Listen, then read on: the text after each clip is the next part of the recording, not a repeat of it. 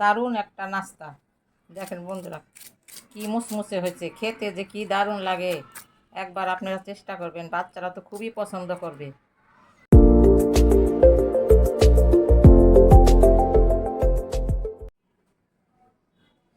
আসসালামু আলাইকুম। আজকে আমি 2 কাপ আটা দিয়ে সন্ধ্যার একটা নাস্তা তৈরি করব। এই যে এখানে এই কাপ আছে, এটার দিয়ে আমি 2 কাপ আটা নিব। আপনারা চাইলে ময়দা দিয়েও করতে পারেন। এই যে এইভাবে 2 কাপ আটা দিয়ে আমি একটা খুব মজার একটা নাস্তা তৈরি করব।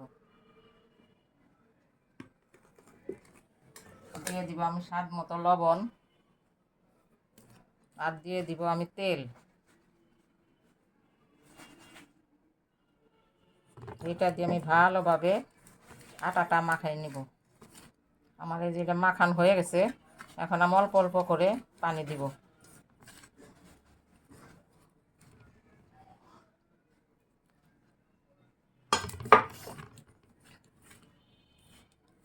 অল্প অল্প করে পানি দিয়ে এরকম ভালোভাবে মাখাই নাও। একবার আমি বেশি পানি দিব না, নরম হয়ে গেলে অসুবিধা আছে, তাই আমি একটু একটু করে পানি দেবো। পানি দিয়ে ভালোভাবে মাখাই নেব। এই যে আটাটা আমার মাখান হয়ে গেছে, এখন আমি এটার ভিতর একটু তেল মাখাইয়া কিছুক্ষণ রেস্টে রাখবো।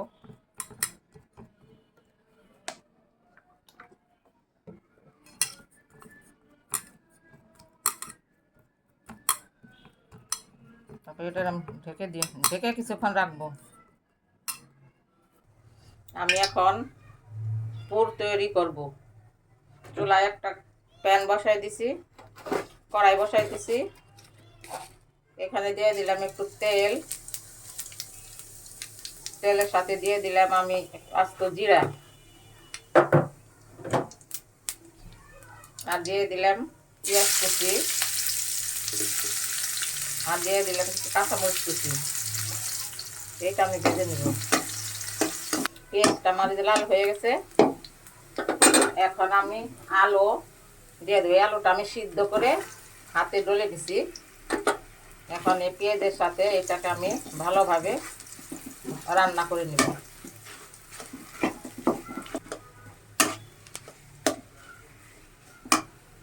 দিয়ে দেবো আমি লবণ, অল্প একটু লবণ দেব স্বাদ মতো।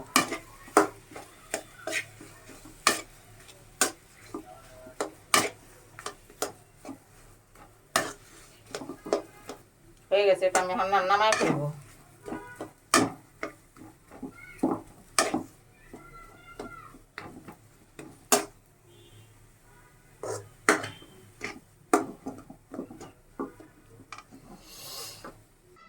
আমার এই পুরটা হয়ে গেছে, এখন এটার ভিতর আর একটু উপকরণ দিব। এখানে আছে ম্যাগি মশলা, আর একটু দিব জিরার ফাঁকি।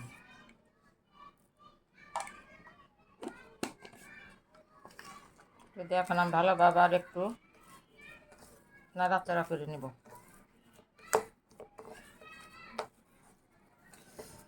এটা আমার মাখান হয়েছে। জিরার ফাঁকিটা কিন্তু ভাজা ছিল, ভাজা জিরার ফাঁকি, আমার বলতে ভুল হয়েছে। এখন এই যে আমার মাখানিটা হয়ে গেছে, এখন আমি নাস্তাগুলি রেডি করব।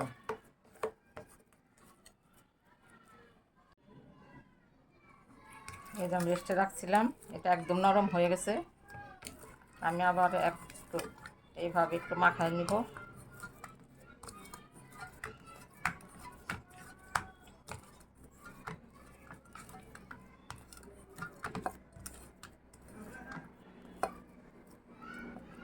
একদম সফট হয়ে গেছে।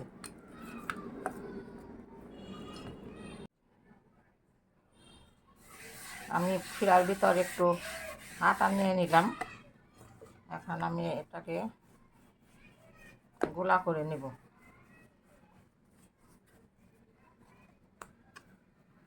ছোট ছোট করে কয়েকটা গোলা করব।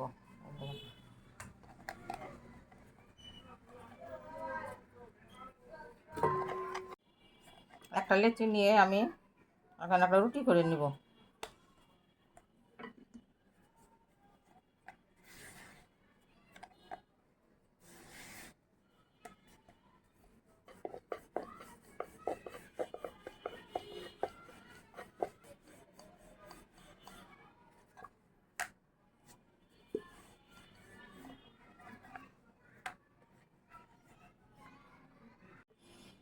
এই যে রুটিটা আমার হয়ে গেছে। এখন আমি যে পুর করছিলাম সেই পুরগুলি এটার ভিতর দিয়ে দেব, এইভাবে বিছাই দিব।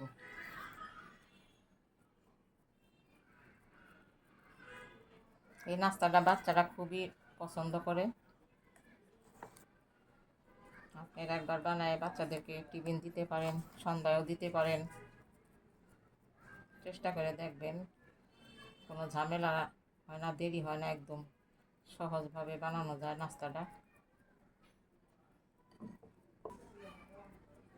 এখন আমি এটার ভিতর দিয়ে দিব চিজ। এই যে এখানে চিজ আছে, এই চিজটা আমি দিয়ে দেবো।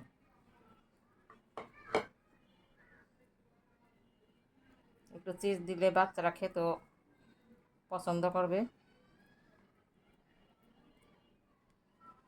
এইভাবে মুড়াই দিব।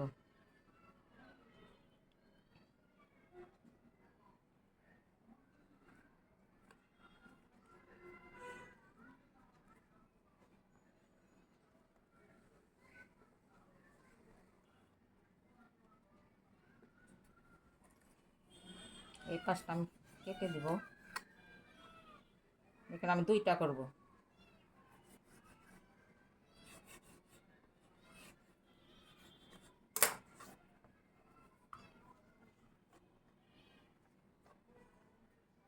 একটা হাত দিয়ে লম্বা করে দিবেন,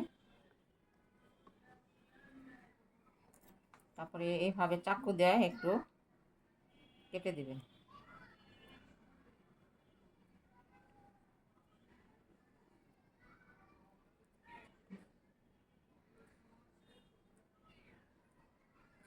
যে হয়ে গেল, আমার একটা হয়ে গেল। আমি আর বাকিগুলি এইভাবেই করে নেব। এই যে নাস্তাটা আমার বানানো হয়ে গেছে, এখন আমি এটাকে ভাজবো। চুলায় আমি একটা প্যান বসাই দিছি। আগে আমি তেলটা গরম দিছিলাম, তেলটা আমার গরম হয়ে গেছে। এখন আমি নাস্তাগুলি একটা একটা করে ছেড়ে দিব।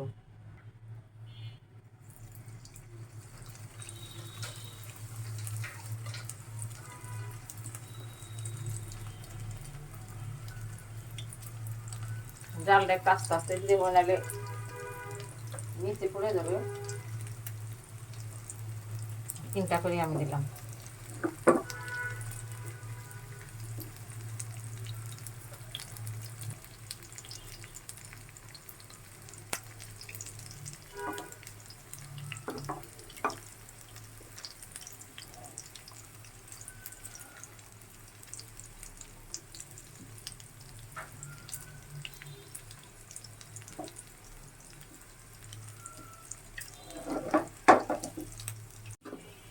আমার এক পিঠ হয়ে গেছে, আমি উল্টায় দিব।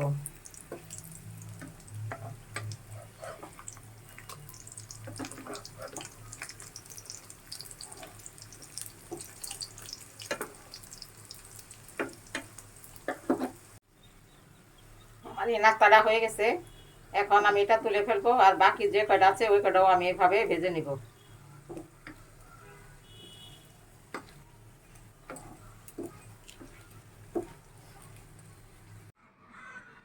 দারুণ একটা নাস্তা, দেখেন বন্ধুরা কি মুসমুসে হয়েছে, খেতে যে কি দারুণ লাগে।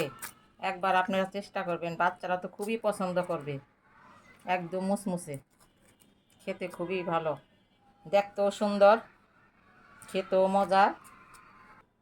হয়ে গেল বন্ধুরা আমার আলু দিয়ে ঝাল পিঠা। ভিডিওটি যদি ভালো লাগে একটা লাইক কমেন্ট অবশ্যই শেয়ার করে দিবেন, যাতে নিত্য নতুন ভিডিওগুলি সবার আগে পেতে পারে। আজকের মতো এই পর্যন্ত, আবার দেখা হবে অন্য কোনো ভিডিও নিয়ে। সবাইকে ধন্যবাদ। আমি একটা দেখাইতেছি ভেঙে কি অবস্থা, ভিতরটাও অনেক মজা, ক্রিস্পি হয়েছে, খেতে খুবই দারুণ লাগে।